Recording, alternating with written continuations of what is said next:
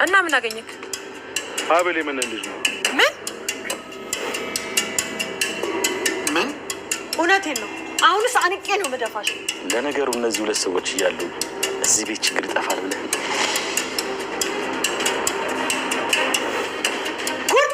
ጉድ ተፈጥሯል። የፈጣሪ ያለ ጉድ ተፈጥሯል። ወይኔ ይሄ ነገር ውሸት አይሆንም አይደለ? ታዋቂ አርቲስት ብትሆን እሺ የውሸት ዜና ተሰራባት እንላለን። ውይ ይሄስ እውነት ነው። አቤት ጉድ! የምን የውሸት ዜና ነው? ምን ሰምተሽ ነው? ማህደር ምን? ይኸውልሽ እንደውም እራስሽ ብታዩ ይሻላል። እንዴ ይሄ እንዴት ሊሆን ይችላል? ቆይ የእውነት ተገላ ነው ወይ? ቆይ ምን አጥፍታ ነው?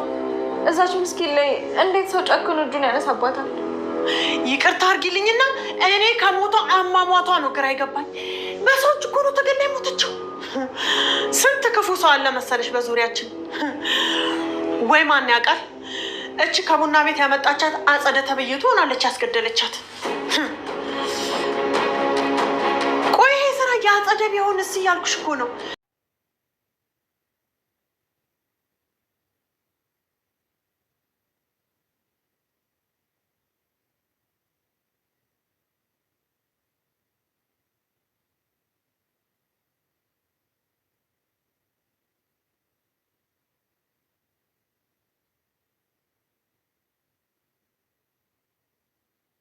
እንግዲህ በጣም የሚያሳዝንና በጣም የሚገርም ነገር ነው ዛሬ እንግዲህ እየተፈጠረው ማለት ነው። እሱስ ምንድነው? በፊት የቤት ሰራተኛ ሆነ የምትሰራው ዛሬ እንግዲህ በጣም ቤቱ ሁሉ በጣም እያዘኑ ነው ማለት ነው።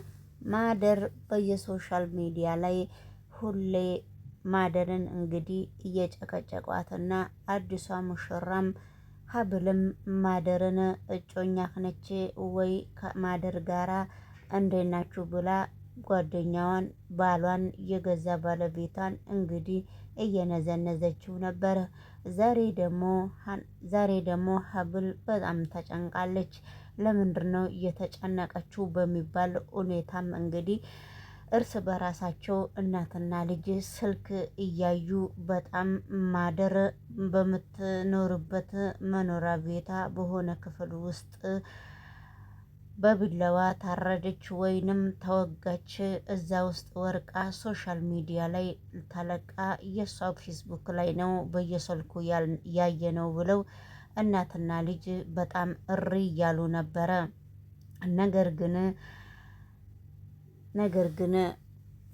ነገር ግን አቶ እስከንደርም ታሞ በጣም ሀብል እያስታመመችው እንዳለ ሁላችንም አብረን እያየን ነበረ። ነገር ግን ጋሼ የኔ ምግብ አልጣፈጠክም ወይ? ምግቤ እንዴት ነው ሲል በጣም ቆንጆ ነው፣ በጣም እያስታመምሽኝና በጣም እየተንከባከብሽኝ ነው። ምግብሽ ደግሞ በጣም ነው የሚጣፍጠው ሲላት ነበረ። ነገር ግን ምንም ችግር የለውም መድኃኒቱንም በጊዜ ስላልሰጠው ጋሼ፣ ነገር ግን ምግቡ ከጣፈጠህ ጎረስ አድርግና መድኃኒቱንም በጊዜ ዋጥና እንዲሻልህ እኔ መንከባከብሃለሁ። ምንም ችግር የለውም። ምግቡ ደግሞ ከጣፈጠክ እኔ አሁን እጨምርልሃለሁ ብላ ስታነጋግረው ነበረ። ነገር ግን ባለቤቱ የአባቱ መጣ። አባቱ ሲመጣ እንግዲህ ሀብል በጣም ኮስተር አለች። ለምንድነው ኮስተር ያልሽው ብሎ ሊጠይቃትም በጣም ትንሽ ፈራ አባቱ ስላለ። ወይኔ ዛሬ ቤቱ ሁሉ ሽታ በሽታ ሆነ፣ ምግቡ እንዴት አባቱ ነው የሚሸተው ብሎ አባቱ ጋር ቁጭ ሲል አይ አለኮ እጨምርላችኋለሁና ምግቡን ብሉ ስትል ነበረ። ነገር ግን ፊቷን ኮስተር አርግታ ነው የተናገረችው። ነገር ግን እንግዲህ ሀብል ባለቤቱ እስከሆነ ድረስ አዲስ ሙሽራ እስከሆኑ ድረስ መቼም አይናቸውን ነው የሚተያዩት። በአሁኑ ጊዜ መቼም አባታቸው እስከንደር ታማሚ ስለሆነና በጣም ሀብልን ስለሚወዳትና ሀብልን በራሱ ፍቃድ ስለፈቀድለት ስለወደዳትና ስለመረጠላት እሷ ቤትም አሁንም ሄዶ ሙሽራ ጋ ቁጭ ብሏል አቶ እስከንደር።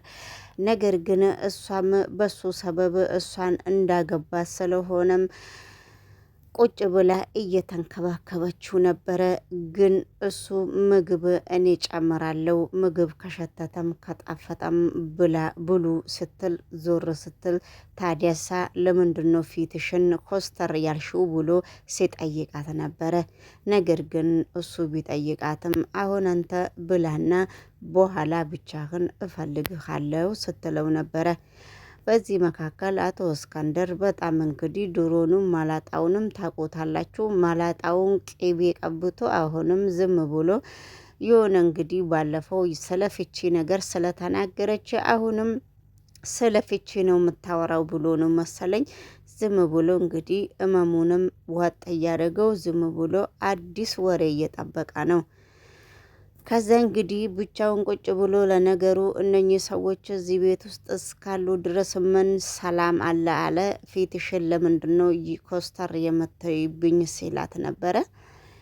ነገር ግን በልተህ ለብቻህ እፈልግሃለሁ እና ለብቻህ ስትለው እውነትም በልቶ ጠጥቶ እንግዲህ ሚስት ነችና ታዛዥ ስለሆነ ተነስቶ እንግዲህ እሷ የቀጠረችበት ቦታ እዛው ቤቱ ውስጥ ተነስቶ ሲሄድ ይህን ነገር እንግዲህ ስነግርህ እኔም ከልቤ እያዘንኩ ነው የምነግርህ።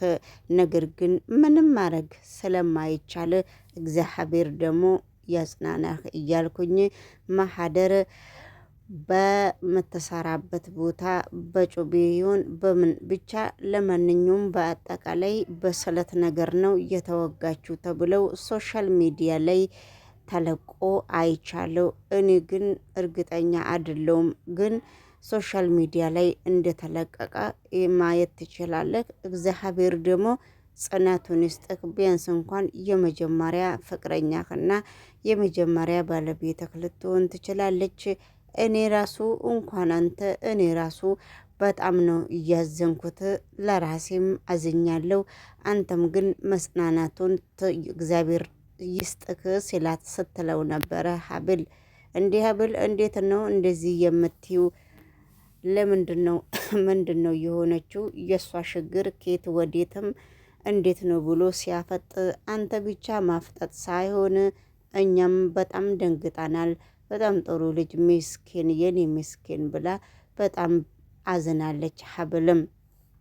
ሀብል በመጀመሪያ ደረጃ እናቷ ራሱ ፎቶውን ስታሳይ እኔ አፈላልጋታለሁ ይሄ ነገር እውነት አይመስለኝም ብላ ለእናቷ መልስ ስትሰጥ ነበረ። እናቷ አፈላልግሽ ምን ልታረጋት ነው? ለምሳሌ ፌስቡክ ላይ ለምንድን ነው እየፖሰቱት? ምክንያቱም እሷ አዲስ ፊልም ሰሪ አይደለችም፣ ታዋቂ አይደለችም። በምን በሚመለከት ነው? ሰው ስለሌላት ፌስቡክ ላይ ሊፖስቱ ይችላሉ ብላ እንግዲህ ነነን ነው ሀነን የምትባለው እንግዲህ ተናግራለች። ከሷ በኋላ ደግሞ ዞር ብለው ስልክ ሲደዋወሉ አዲሷ ሙሽራ እዚህ ቤት ስትገባ በሷ ላይ እቃዋን ጠቅልላ ከቤትም ብትወጣ እሷ በስተንገዶ በምትሰራበት ቦታ እሷ ላይ ስልክ ደውላ እኔ ባላጠፋሽ ብላ አንቺ ባለቤቴ ስር ስላለሽ ከባለቤቴ ላይ አይንሽን ካላወጣሽ ካላነሳሽ አይንሽን ነው የማጠፋልሽ ብላ ከ3 ቀን በፊት የምትሰራበት ቦታ ሄዳ በጣም ዛቻ ስላረገችባት ነው። ስለዚህ እናንተ የምታውቁት ነገር የለም። እናቷ እኮ ከውጭ አንስታ ነው ያሳደገቻት። እሷ በጣም ከባድ ሰው ነችና ለጥቅማ ጥቅም ነው የምትፈልጋት። ዛሬ እኔ ደግሞ የወንድምሽን መርዶ ነው የምነግርሽ። ቤቱ ሁሉ የአዘን ቤት ነው።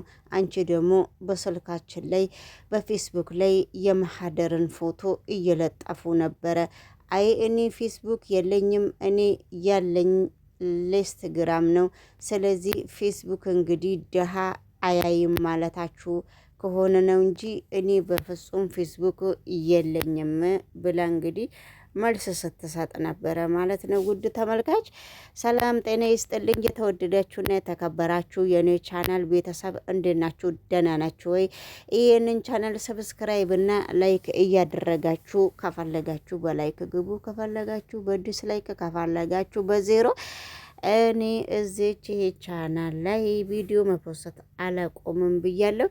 እንግዲህ እንድች እያልን በዚሁ ድራማ እንግዲህ ወዝ እያልን ነውና እናንተም ወዝ እያላችሁ ቢያንስ ዩቱብ ማናጀር ሼር ያደረግ እኮ ወዝ እንል ነበረና እንግዲህ አቶ እስክንድር ቅድም ለባለቤትሽ እንደዛ ለብቻህ ነው የምፈልገው ብለህ የተናገርሽው ነገር ምንድን ነው ያንቺ ምክንያት ብሎ ሲጠይቃት ነበረ።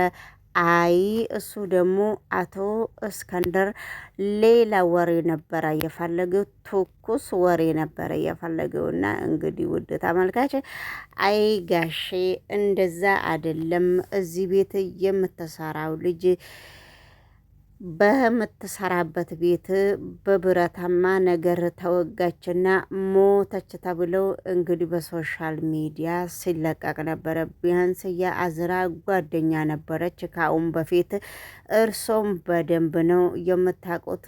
ቢያንስ እንኳን እቃዋን ሰብስባ ከዚህ ቤት ስትወጣ እዚሁ አብረን ቪዲዮ ላይም አውጥተናታል። ደግሞ በደንብ አድግተህ ነው የምታውቀው።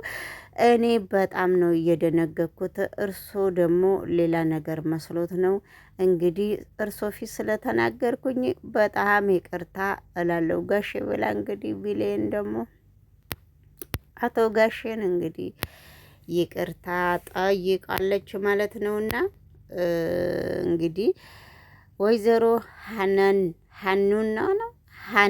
ወይዘሮ ሀናን እንግዲህ እንዴት አንቺ ለሷ ብለሽ ከየት ነው እንዴት ነው ሰውን ጠይቀሽ ስልክ ደውለሽ ሰውን የምትጠይቂው?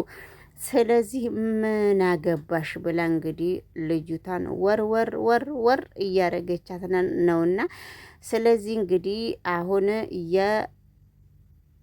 የነሱ እህቶች እንግዲህ ቤት ውስጥ ያሉት አክስትም ወንድምም እህቶቹም እንግዲህ እሷ ነች ያስገደለቻት ብለው እንግዲህ ሀብል ነች ቢያንስ ዛቻ አርግታለች። እችን ጥሩ ልጅና ከእሷ ስለምትበልጥ እልቅ እኮ እሷ ጥሩ ልጅ ነበረች።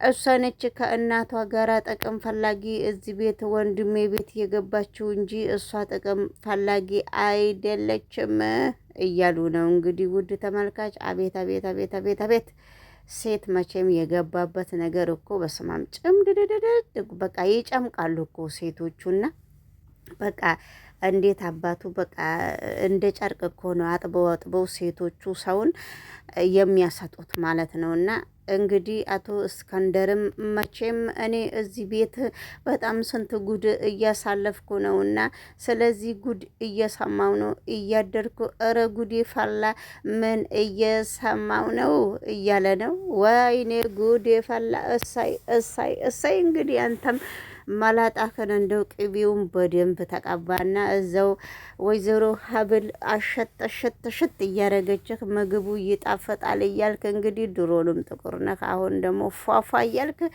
እዛው እንግዲህ ነገሩን ጨመቅመቅ ከሴቶቹ ጋራ መቼም ጥሎብህ ሀናን ነው እኔ ሶማ በደንብ አይያዘኝምና ስለዚህ ረጋ እንደው ጥሎብህ እንግዲህ ከሴቶቹ ጋራም ስለተቀላቀልክ እኔም በጣም ደስ ብሎኛል።